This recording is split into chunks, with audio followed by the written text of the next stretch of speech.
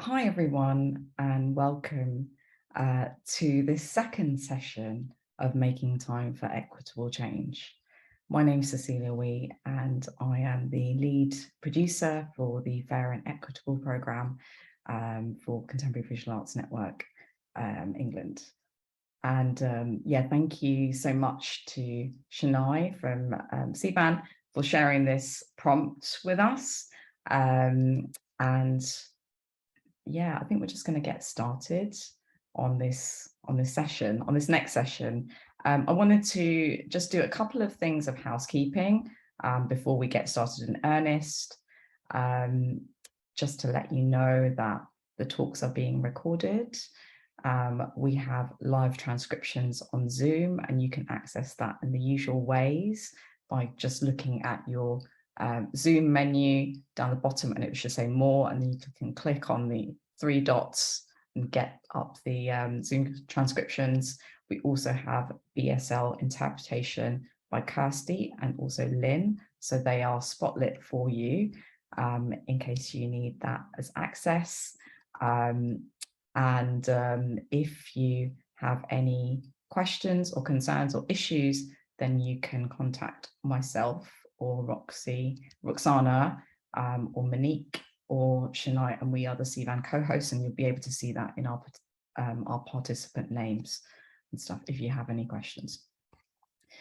We also have some community participation guidelines, and I think those should be linked in the chat in just a second.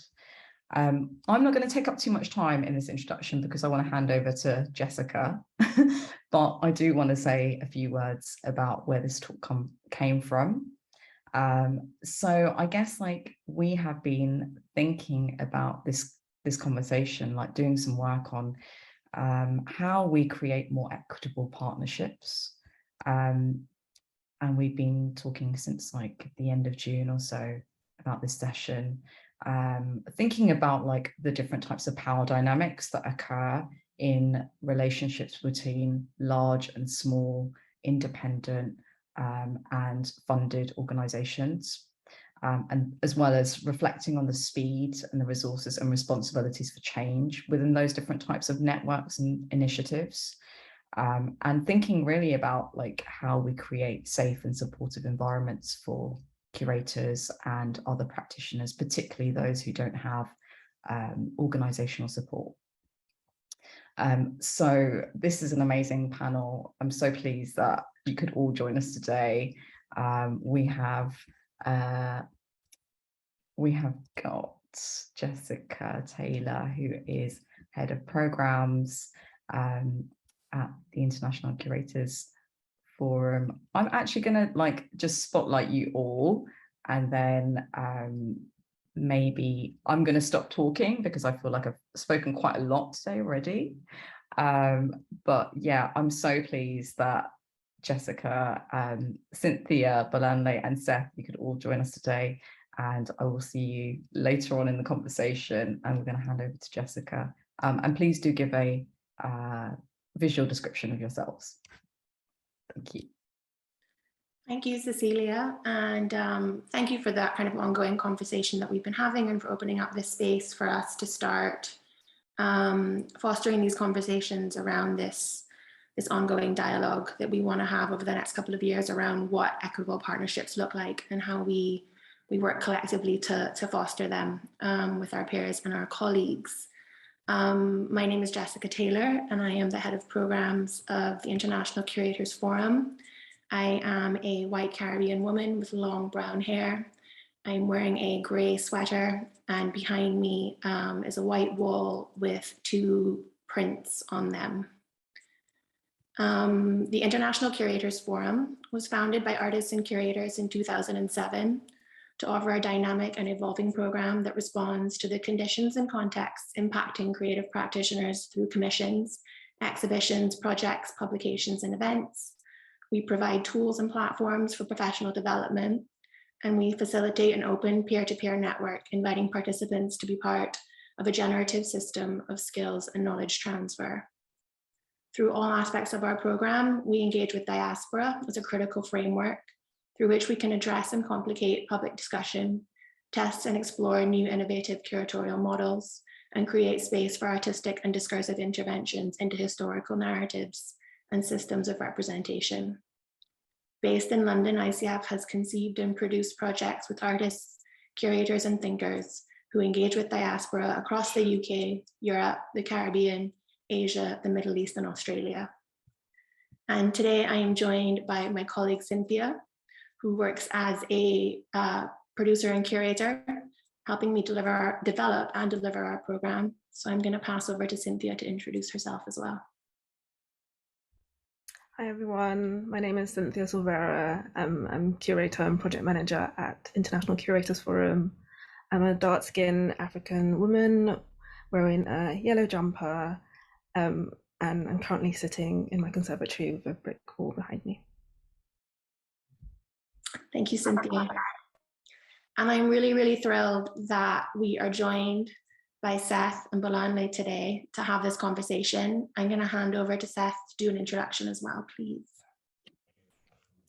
Hi, everyone.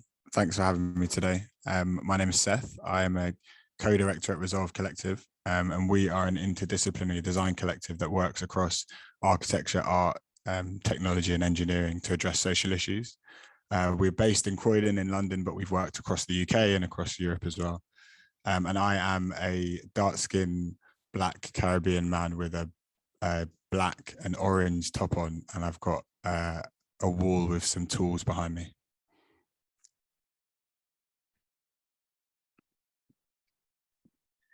Lee, can I hand over to you now as well?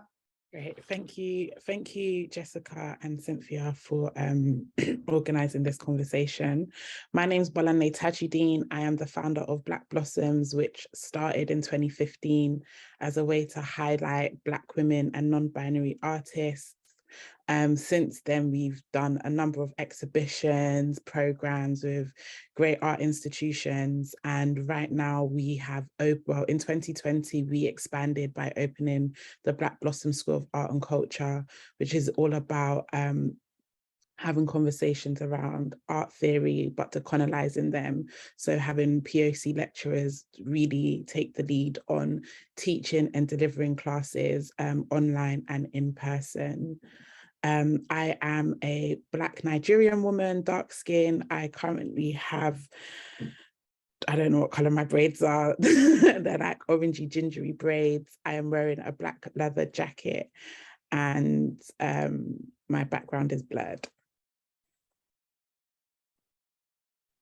Thank you all so much. So to give a bit of context to the thinking behind having this conversation today, and we really are trying to think about it as, we use the word workshop because we want it to be quite generative and open. The impetus for it was that in thinking about our own practice at ICF and our own experiences in undertaking partnerships, we are a small organization. We've gone from a team of 2 to a team of 6 in the last year. We do not have a space. We work in collaboration with other organizations and all the programming that we do, with the majority of the programming that we do. And so we've been having a lot of conversations about how we enter into partnerships, how we handle power dynamics in partnerships, what equity looks like for us through our partnerships, and how we can share and learn with our colleagues and peers as a way of transforming how partnerships function in this industry. And so the aim was to come together with other organizations and collectives committed to social change and think about partnership models and strategies that they have tested, their learnings, and what they would like to see through future partnerships. And the aim of this was to really interrogate individual aims and objectives for new partnerships, to undertake learnings that will inform the development of collaborative framework or a set of tools that we can share that is sustainable, equitable, and inclusive for all partners and participants. A model that is responsive to the specific conditions of the locations where programming is happening, and central to which is the professional development of creative practitioners for the meaningful engagement of communities. And we wanted to talk to our peers about the conditions under which they choose to or are encouraged to undertake partnerships with larger organizations, both to identify the challenges that we've all faced, but also to think together about what equitable partnerships can look like. And within that framework, we're thinking about how to uphold integrity in missions of projects, prioritizing and safeguarding participants and communities over producing a set outcome or output, funding and resource sharing, capacity, time expectations, and fair pay, protecting intellectual property, operational transparency, care and respect in both internal and external communications, and practicing responsiveness and flexibility that, kind of really pay attention to what it means to run a small organization or collective. And so the collaboration framework that we're hoping to develop is going to center these things, and we believe will help us collectively pursue more equitable partnerships and respond to issues when they do arise within partnerships. I think it's also important to just think about the distinguishing factors between what it means for a large organization to commission a small organization or collective to deliver a set output versus actually collaborating and partnering, where that collaboration is built on exchange and sharing. And so with that introduction, I'm going to hand over to Cynthia to throw out the first question. I invite both Bea and Seth to throw out questions as well, to shift the conversation where it feels comfortable, and for anyone else to throw questions into the Q&A that we can pick up at the same time. Thank you, Jess. So the first question is, if you could both give like an introduction into the kind of spaces that you aim to create and the environment that you aim to cultivate through your work. I guess for Black Blossoms, it's always different depending on what kind of work we're doing. However, I've shifted from wanting to create safe spaces to brave spaces. So I want people to feel completely confident and happy to discuss a variety of things within context in the art world, without necessarily causing triggers to other people, but giving people the space to really showcase their own opinion in order for shifting that opinion, in order to enlighten someone else's opinion. I feel like I've created so many spaces. So one of my favorite spaces has to be a WhatsApp group that Cynthia, you yourself was part of for many years. We had like, at the last count, like 200 Black women and non-binary people in it from the art world and creative industries. And that was a space for joy. It was a space for accountability, advice. It was a space where we could even just share invites to different private view events, which fosters a greater sense of community, especially for a group that is so marginalized in the art world. Like when I go to a lot of private view events, there isn't a big group of Black people in the event that necessarily always know each other. And I felt like that group really did shift it at that time. Like I remember just being able to bump into all my mates that were in the group at these parties because we were like sending around invites. And, of course, the art world isn't just about parties, but those spaces, being in those spaces and networking with your peers from different industries, from different races, from different classes is really important when shifting your work forward. So I like to create spaces that allow people to really network with other people. So again, through the school, that's another space that we've created, which is totally, I prefer the online version of the school than I do when we have online IRL classes, because I just feel it works so much better online. And that space, I always hope for people to feel comfortable in coming forward whilst the teacher's delivering the lecture, to put in their own points of views. And again, we have breakout rooms, and those breakout rooms really are to give each of the participants an opportunity to do the upward and downward and sideways networking, because, all too often we think like, oh, networking is about meeting the person who's in the next big position, but sometimes it's just about meeting a colleague who's maybe on the same level as you, that you wouldn't really have a chance to discuss things with or meet, because you two might not network, have the same circles. So yeah, the school definitely is like a space for networking for all levels of people in the industry. So I guess through my work, I like to create spaces for people to meet each other in a kind of relaxed environment and hopefully go off to then partner and do more great things together. Thank you, Bea. Seth? Yeah, first of all, apologies if there's a little bit of like stickiness in my voice. The Wi-Fi in the studio is average, sometimes good. Hopefully it's good.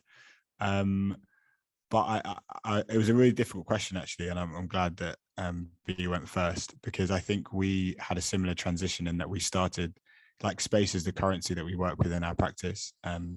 We first came together in physical spaces and thinking about how we can create spaces for our like peers and for our communities. And I think at first the aim was about agency, and about how you can enable and provide and hopefully build agency. And that led us to working, and this isn't just physical, but working in spaces, be it institutional spaces, anti-institutional spaces, formal, informal, digital, whatever. But I think now we've kind of transitioned a little bit more toward working and creating spaces for disruption. And I think that's what our long-term aspirations are. And that we see a lot of the spaces that we create, be it temporary or permanent, as these kind of little moments of disruption. And to be able to facilitate that in a long term is our long-term aspiration. So to be able to use our practice as a way of facilitating others to have a similar kind of pathway to creating disruption, to kind of facilitate or to use our practice to facilitate people who aren't connected to design, connected to art, connected to architecture, connected to any of these industries, to feel like they don't, it's not just about kind of, because agency I think is a little bit about, you know, how can you make the best of the situation that you've been presented with, and disruption is how can you kind of tear the system apart and think about building a new system that is more, yeah, as we're talking about equity, more equitable for you and your communities. And I think that's kind of where our head is at.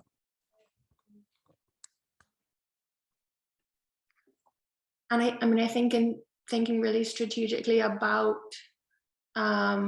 those really dynamic approaches to creating space, can you speak a little bit about your history of engaging with partnerships, how partnerships fit into those mission and those ways of working?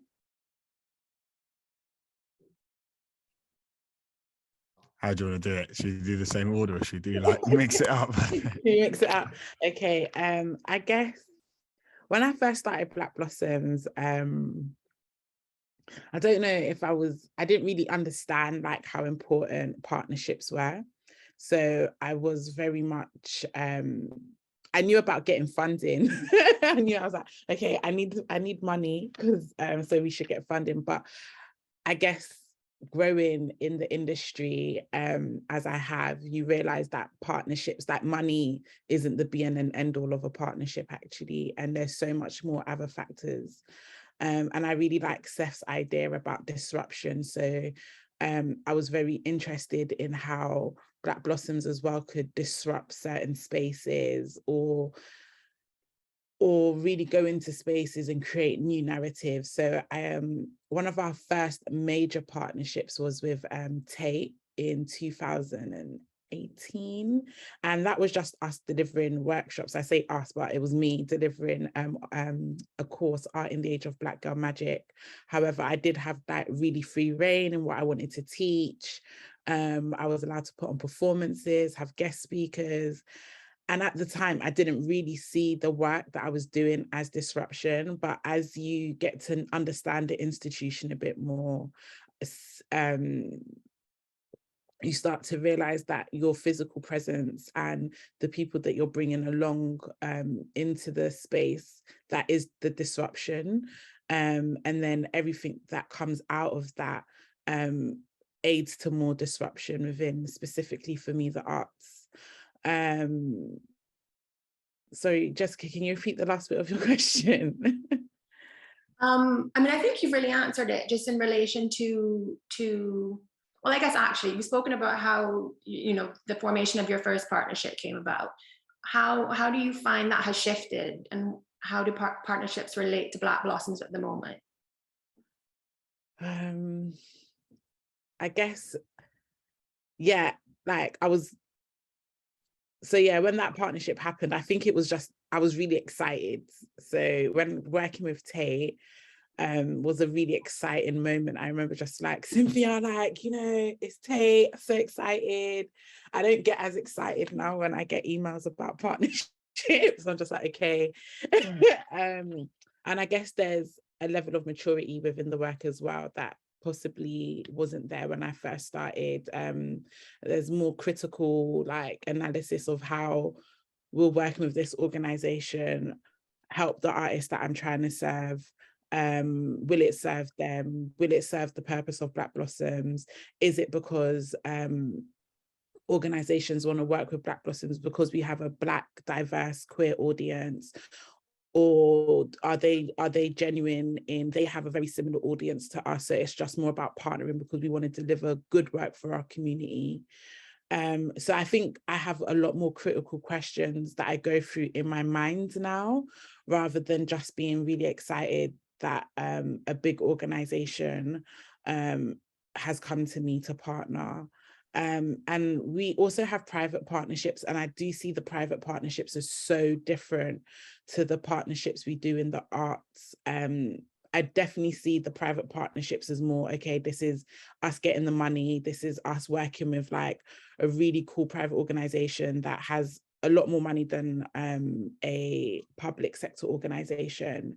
And their aims are way more commercial than, say, an art world an arts organization aims. And they're both different, and I enjoy them both, and I approach them like so differently. Like I probably don't have as much criticality towards the commercial kind of side, because usually it's more of a D&I project, which I don't know how much I necessarily think diversity and inclusion is like, yeah, you know, it sounds like, even though I run a Black organization, I think diversity and inclusion is,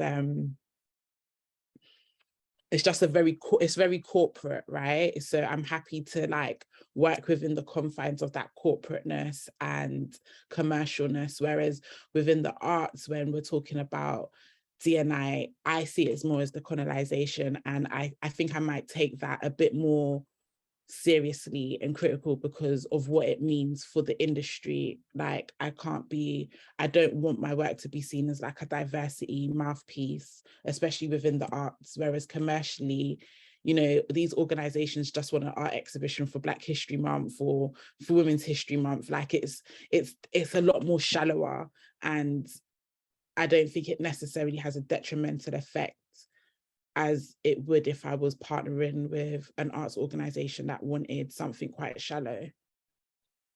And do you ever direct those critical questions at the arts organizations that come to you for partnerships, or is that more of an internal dialogue only?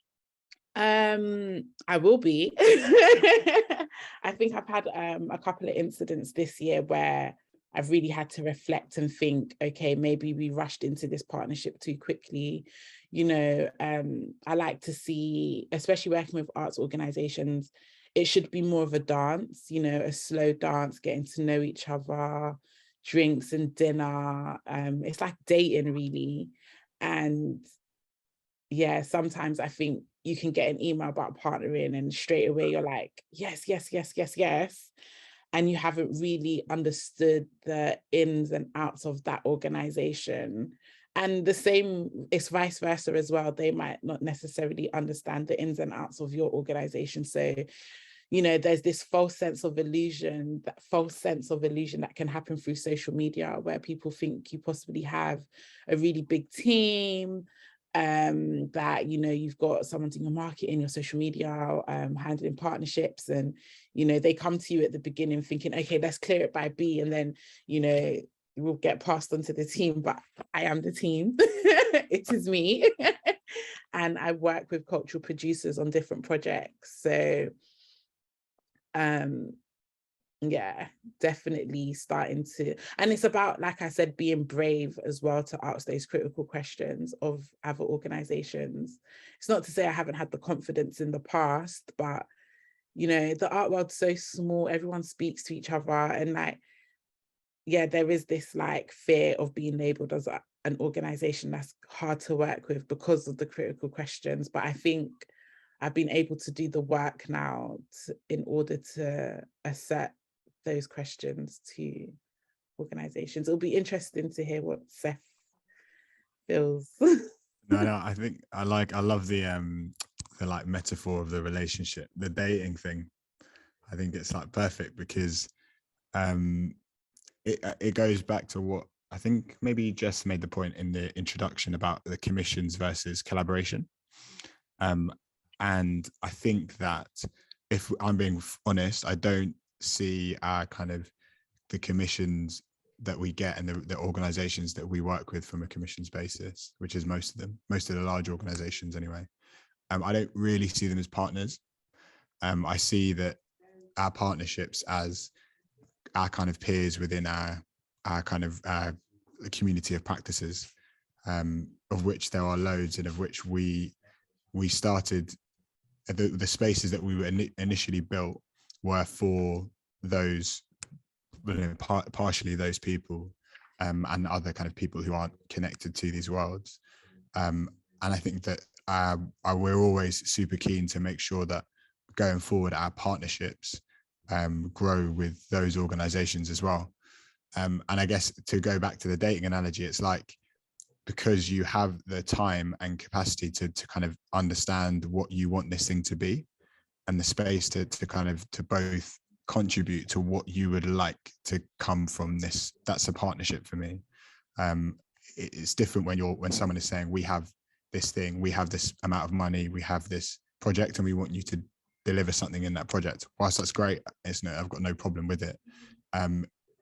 I think I'm trying to think if there's any organizations where we think we've got a kind of longer term partnership. I think the Tate is a good example, because they are quite good with continuing the conversation and actually involving you really early on in the process and understanding how you might want to see something come forward.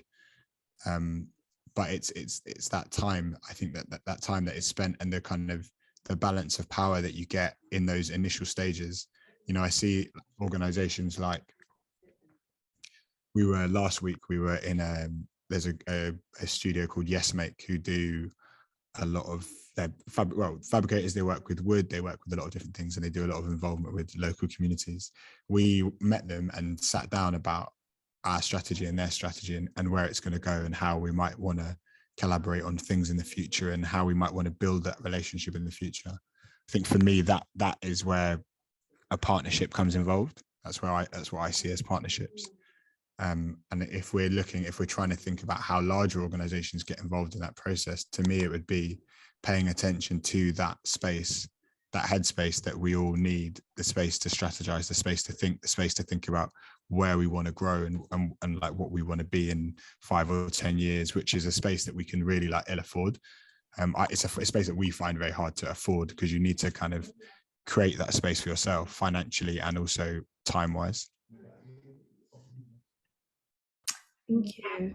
How do you evaluate the benefits and productivity of a new partnership? Like, do all your partners have to share the same ethos?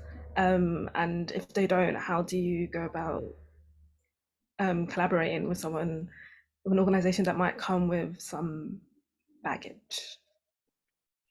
There's organizations that I wouldn't partner with, like straight off the bat. I'm not going to say who they are, but one of them had like papers released last year or the year before, the racism papers.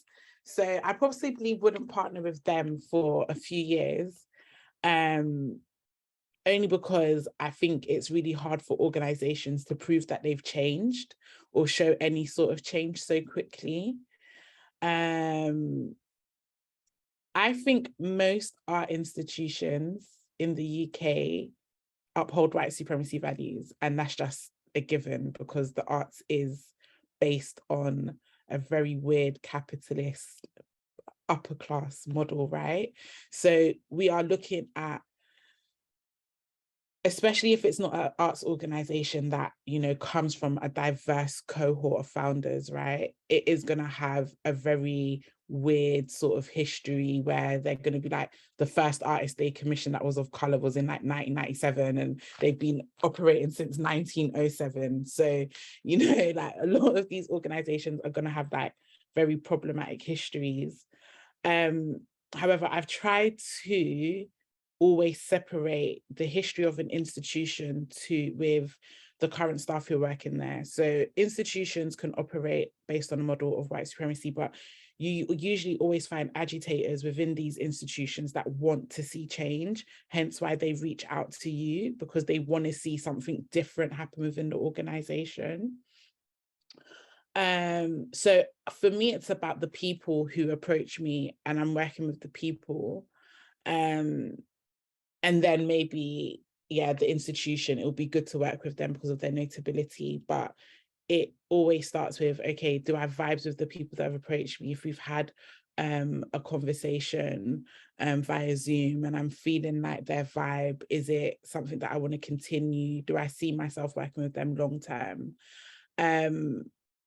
But I just feel like most arts organizations, especially in the UK, all of their histories are so problematic. You know, I was working in Tate, as we both, Seth and I have both spoken about, like what so many culture producers and arts or small arts organizations do love working with Tate, but Tate also have like one of the most complicated, like obscene histories that is still very present in their within the Tate Britain, like, you know, Rex Whistler restaurant still hasn't opened because they don't know what to do with the mural. Like they don't know what to do with a racist mural on their premises, right? So however, like there is that kind of, but when you work with Tate, all of the exposure, it feels so embarrassing talking like this because it feels like, I'm such a cop-out. But it's like all of that exposure, just working with the Tate, having that down as an organization you work with, what that then does for your organization. So and for me, every time I've worked with Tate, it's never been about the institution. Well, it has been, but then it's always been about the people that I've worked with. So I've always had great collaborators at the Tate. The team, the public programming team that I was working with have always like gone above and beyond to accommodate everything that I've wanted to do within the institution, and been very welcoming to the people that I've brought in. And yeah, I really appreciate Tate's long-standing relationship with Black Blossoms. Like every year I'll get an email from someone saying, oh, would you like to do this program? What would you like to do? And I think that for me helps me believe in that, okay, they do want to see change happen within the institution. It's just not a one-off phone call. It's not a one-off email to come and deliver this. They're looking at ways to make the relationship between both institutions or both organizations, sustainable.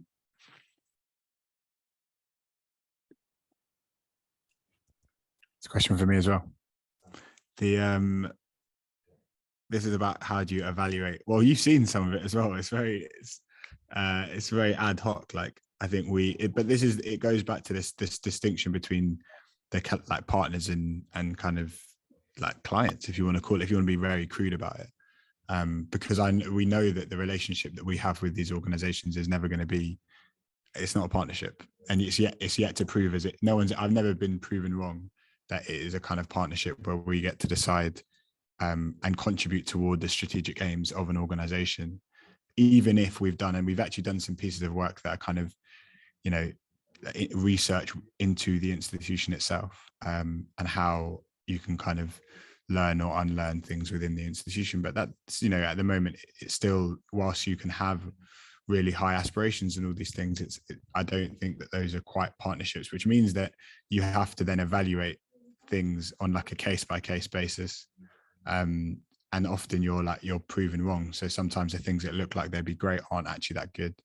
And sometimes the things that look like they might be quite challenging can actually be quite fruitful, because, as B said, you're partnered with really amazing people, who want to see change, who want to be a kind of force for good in what is quite, a tricky industry to be in, or you're presented with an opportunity that has kind of opened up into something that you didn't believe it was. And like being like very plain, like for example, in Hull, I'd never been to Hull before.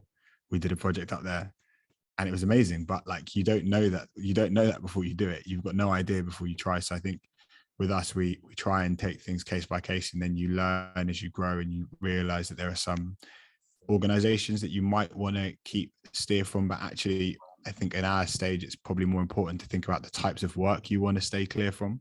There are because we also kind of flip over to the architectural realm, which means that there's a lot of engagement work, in particular in the public sector, and those projects are projects that are very dear to our heart, but projects that you can get very quickly involved in the politics and the complexities that come with kind of engagement in an architectural sense. So how you're going to build place, how you're going to build your city, and all these kinds of things.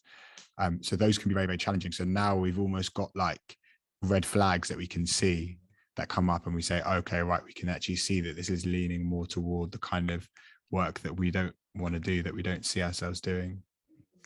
But in the question of partnerships, I think you absolutely do have to have like shared values from the offset, like, especially when we're thinking about partners on organizations that we want to grow with or grow behind or in front of, or all of these kinds of things.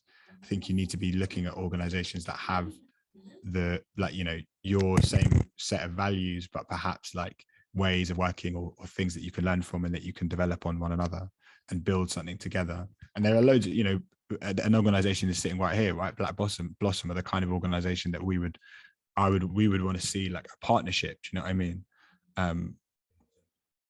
And yeah, but it makes it more tricky, doesn't it? Because it sounds like I'm being super like, leave the big organizations alone and let us do our thing. Maybe I am a little bit like, maybe that is kind of what I want.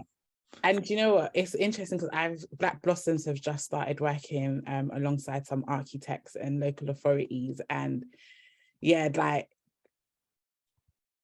there's not a lot of work that I turn down, but it is really, I couldn't imagine like having to work, because the arts is one thing, it can be as important as anyone makes it in their life. However, architecture is very important in everybody's lives, right? The way our cities are built impacts us all. I very much care about the architecture of London. I'm always complaining about how small the pavements are, and you've got mothers pushing buggies, even getting on the bus, you've only got one space for a buggy, and you've got a city full of mothers. We want to reduce pollution. So how do we encourage more mothers to take the bus and use local transport when you don't even have lifts in some of the stations, right? And I think that like, it's really, as I said, I hold like city planning and architecture very close to my heart, and working with the local authorities and being a Black-led arts organization, it's interesting to see how they want you easily to become a D&I mouthpiece for their residents, but not really take into consideration any of the research that you're doing and what changes should happen. And in the kind of commercial sector, when you're doing things in-house for their staff, it's totally different. But when you know that your work is going to impact the lives of so many people, it then becomes a very moral issue, and it's like, how can I justify this work, and how comfortable do I feel with this work being in the public realm, knowing that actually the kind of recommendations we've given to the architectures and the local authority have been kind of swept under the rug in order to just produce like a brilliant art piece or something, or arts materials, or creating a visual identity, basically. How can you operate from a space or a place of integrity? And yeah, the more and more I get requests for that type of work, the more and more I'm like, oh my gosh, this is like really pushing the boundaries. And Yeah, I find so it's interesting to hear you talk about like working within the public sector, Seth, because I think we talk about working in the arts, and like I said, the arts is only as important, is only important to you if you're in the arts, right? I feel like most people, most of the UK population, if they're not in the art world, they're like, yeah, whatever, what are you lot talking about? Like, you know, But the thing is, it's an important point, because if you're going to take anything away from today, it's that like that. So the difficulties that you've just navigated is an experience that we have had and shared and could continue to share with organizations like yourself, and like learn from one another, actually support each other through these processes. That is like an equitable partnership. And it sometimes it means, but the difficulty is like, you got to pay your bills, I've got to pay my bills, we've got to also work, we've got to navigate those scenarios. And I often find anyway, that you're doing it either alone or perhaps further away from your codees than you would want to be, further away from your partners than you would want to be. And I think there's a like, organizations can actually start to think about, without giving away all the trade secrets, like how do you make that space closer? How do you make those gaps smaller between, genuine partnerships? Because what we do is beneficial for everyone. Like, what we do is even if it is taking away from the kind of more like, typically central notion of an institution, an institution being something that, or an organization, whatever it is, being something that wants to kind of gather and kind of and bring resources into their own four walls or into their own sphere of influence. It's actually something that's more like, we've talked a lot about dissipative practice. So how do you like distribute these resources? But you can do that in a way that is about enabling some of these people who are operating on the ground, who are operating in these spaces and doing great work in these spaces, but perhaps need a bit more like time and space to bring their partners together. Yeah, and it's like your point of like working closely to your codees. Like I can't really count how many like partnerships that I've had with other Black organizations. It's not a lot, and that is down to funding. And it was like, it's my dream to work with other Black-led organizations because it only makes sense, right? A big part of my work is increasing the audience of art to Black audiences, and that it will only happen the more and more we work with other Black organizations. So yeah, like this is even food for thought. It's like, how do we have more partnerships with ourselves and other Black-led organizations? And is it just the case of us having dinner together every 6 weeks? Is that a partnership so we can just talk and get to know what's going on and, building, facilitating that? Is it actually building a body of program together? So, organizations that we work with also know that we've got partnerships with each other. So, it really builds that kind of transparency about working with different institutions and organizations. So I guess there's like loads of questions in why it's important that we work together and what does it look like. I think off the back of that, I think we should share all the trade secrets. I think transparency is one of the biggest problems within all of this. I think, when one of us has a good experience with an organization, another is having a terrible one. I think, and often it's the good experience that gets, all of the attention.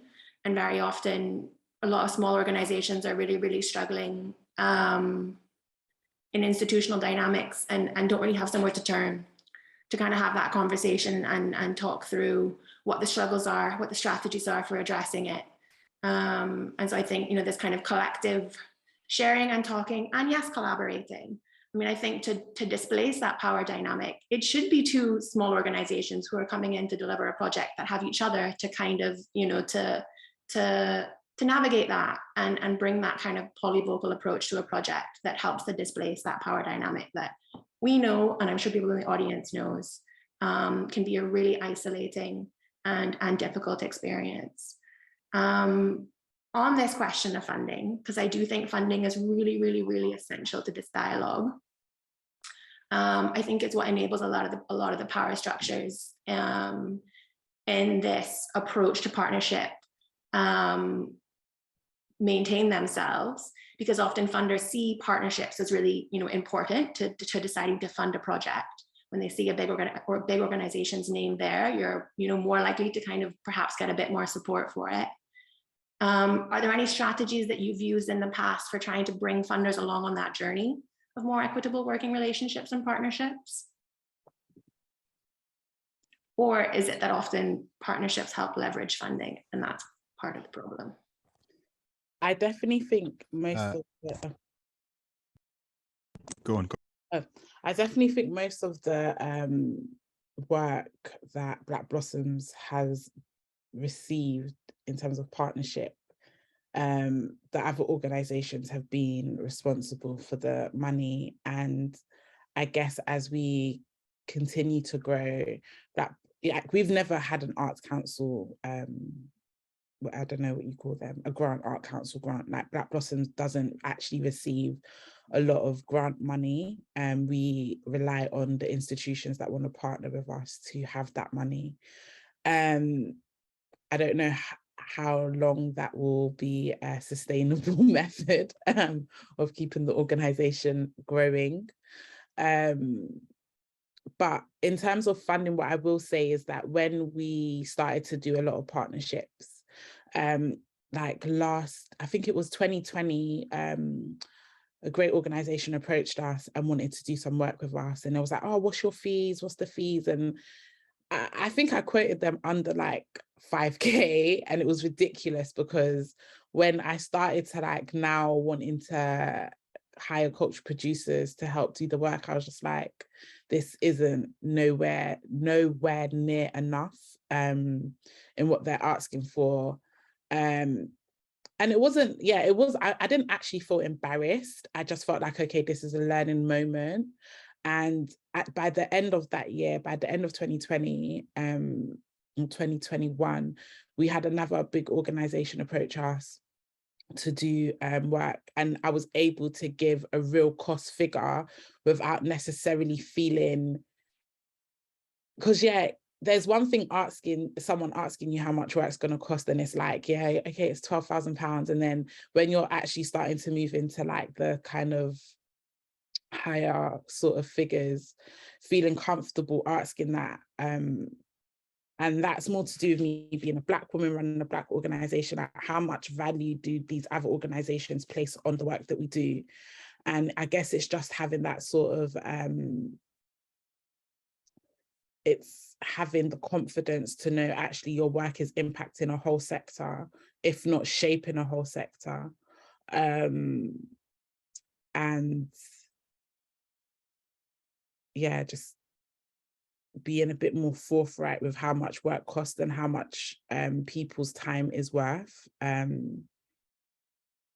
Because I guess people always will try and give you like the industry day rate for something, and then you're actually like, actually, that's what you lot think of the day rate. That's an acceptable day rate for you guys, but actually over here it isn't.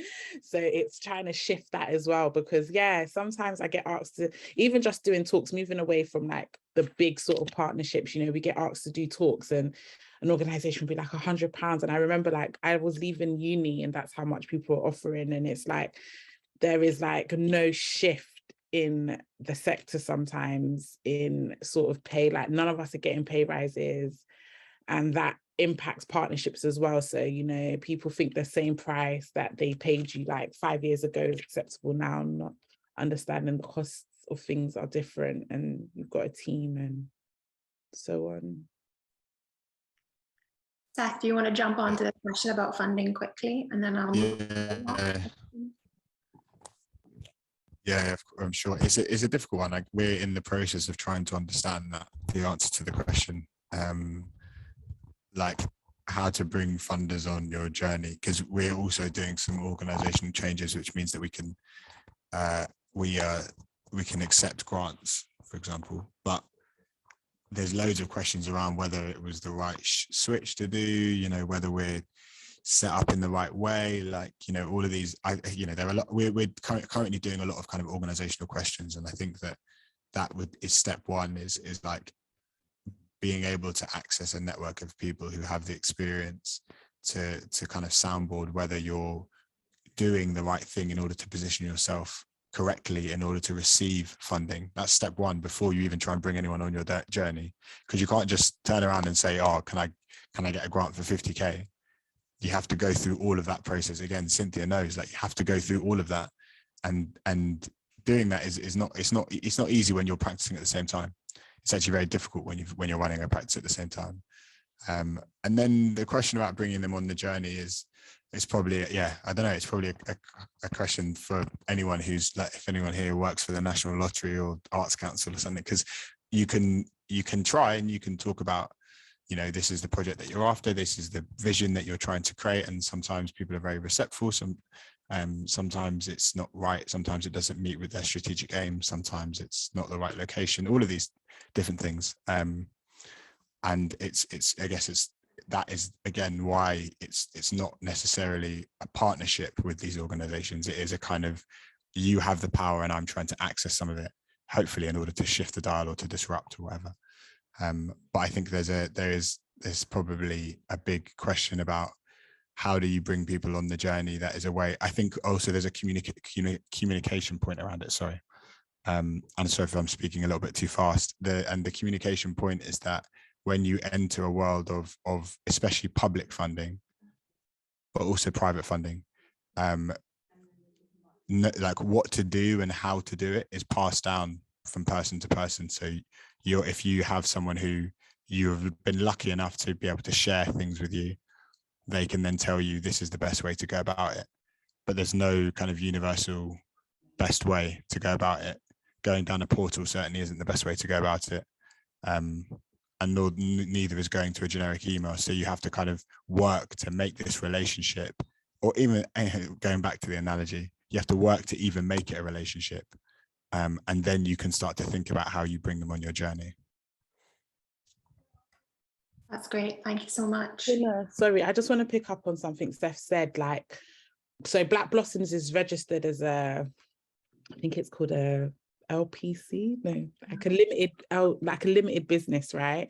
And I constantly get asked, oh, would you set up as a CIC? Would you change to a charity just in order to get funding? Or will you start at wing, like an arm? So like, for example, I'm using Tate again. We know they have their enterprise arm and their charity arm. And, you know, Black Blossoms, like, people always asking, like, is that something Black Blossoms would consider? But just like Seth said, there's so much to consider when, like, you want to change the legal status of a business, to the point I don't ever want to be at a situation where my board is kicking me off my own business. I think I would go mad. I think that would be it. Like, I would lose the plot. So, like, yeah, of course I would. I'm not actually a big fan of charity statuses. Seth is laughing. No, but it's true. These are things that, like, you know, it's very easy at the beginning to be like, okay, I'm going to be a charity. But before you know, within a year or two, your board could literally say you're not the right person to run this organization anymore. And of course, I wake up at times and I think I'm definitely not the right person to be running my organization. However, it's my blood, sweat and tears, and I will decide when it's time. Not trying to be like all authoritative and everything, but, you know, there's something that is actually quite dangerous about Black women who have started organizations that have been asked to step down within 3 to 5 years. And I don't want to be part of that. And on a serious note, however, I do think that Black Blossoms definitely misses out on a lot of funding opportunities because of that. And I guess I look at a lot of other Black arts organizations and I think, is it that the business of making money rather than funding for money is getting grants is harder than actually having a sustainable business that brings in money? And I guess regardless of the partnerships the school have, if Black Blossom loses all of the partnerships today, Black Blossoms can somewhat be sustainable because we can sell our courses directly to the public. And that is a big reason why I started the courses. Like, they are very, very affordable.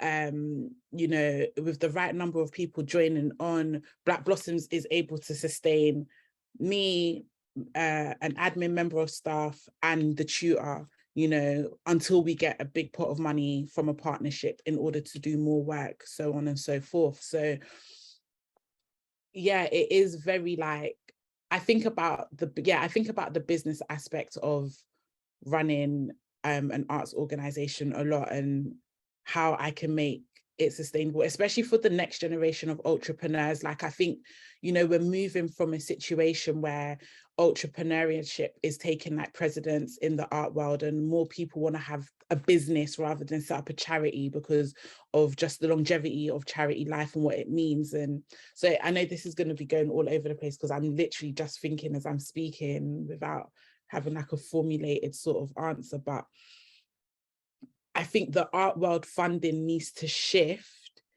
And I know why a lot of wealthy individuals want to donate to charities and CICs is because they get a tax break, right? However, this all needs to shift in order for arts organizations to have longevity. I can't rely on, say, Arts Council to give me 60 grand 1 year and then say they're taking away my funding in year 2, because that will cripple us. That would be a mess. So it's like, how can we have private donors and individuals work with arts organizations without necessarily expecting our organizations to be able to give them a tax break? You know, it's all very complicated, and it's things that I think about, which it's things that I wish I had more time to think about, actually. I think that's our next session for sure. I completely agree. I think budget transparency, I think we should all be sharing our budget so we know what partners are spending on projects, so they can't spend, you know, more on one and then less on the other, and different fees and different rates. I think that should totally be our next session. But unfortunately, we have come to the closing time of this one. We do have one question in the Q&A. And I would love you both to just quickly kind of respond to this if you can. Deborah has asked, how can we inform, persuade, shame organizations / institutions to value us as artist experts, pay us properly, and realize how valuable we are? My quick response to this would be collectivity. B, I don't know if you want to add anything to that, and then I'll have Seth. Whatever fee they give you, just double it and then work down. Like, and yeah, I just always double it. I'm like, okay, you've offered me this, double it, and then see what they say. Seth, any thoughts? No, both. I think, yeah, you're right. Collective, but let's collectively double it, man. Yeah. Dick, any last words on that one? No, I don't think so. Thank you so much, Jess and Cynthia, for hosting this session. And it was great to be on a panel with you, Seth. Yeah, thank you so much. It's been really fun. Really enjoyed it. Thank you, CVAN, for hosting us. Thank you, Seth. Thank you, B. Thank you, Cynthia. Thank you, everyone. Thank you. Yeah, I just wanted to say thank you, everybody, for your brilliant reflections, as well as the honesty of this conversation, which I think is really rare and is so much valued, and also for the deep generosity of like the initiatives that you have all created. It's just fantastic to be able to have like made a space for this conversation to happen. Thank you so much, Jessica, for like having this holding this and creating this conversation, and for the work that you're doing at ICF. I was just walking down the road the other day towards Welcome Collection, and I saw like the little installation that's by Resolve Collective, and I was like, yes. And then also, like, I was on the tube the other day and I saw in Brixton one of the artworks that Black Blossoms has made for the tube. So I was just like, yes, that presence So it's really fantastic to. I should probably say our Underground has been my favorite partnership to date. I'm really grateful to be working with Louise and Sasha, and yeah, I should have probably spoke more about it, but yeah, it's been such a brilliant partnership, like full transparency, a lot of flexibility, as I spoke to Jessica earlier, like a lot of flexibility, and just being very honest and really dividing the work up in an equal way. And yeah, they don't get upset if I don't do something on time, which is great. I'm always late with my work sometimes. I can't always meet the deadlines, but it's just having that sort of, it's just been a really nice partnership. That's amazing. And I just want to drop in one last thing as well, for everyone in the audience, and of course for Seth and Bea as well. At ICF, we set aside staff time and some funding for any kind of support that anyone in our network needs, if that's grant writing, advice on organizational development, project development support. We also have some funds for external mentoring if we can't offer the expertise needed. So just know that we are here and we do that if it would be helpful to anyone. Cool. Thank you so much, Jess. Yeah, so thank you, Jessica and Cynthia and Bolanle and Seth, for joining us today. We're going to bring this session to a close. If you are intending to join later on today, we'll be on the same participant link, attendee link here. We'll be starting our next session at 2:30, and that will be a conversation between myself and Tim Wheeler about disability and governance. So in the meantime, take a break. Thank you everyone for joining us and being with us today. Thank you especially to Kirsty and Lynn for doing the BSL interpretation. And we hope to see you again soon. All right, take care everyone. Cheers. Thank you.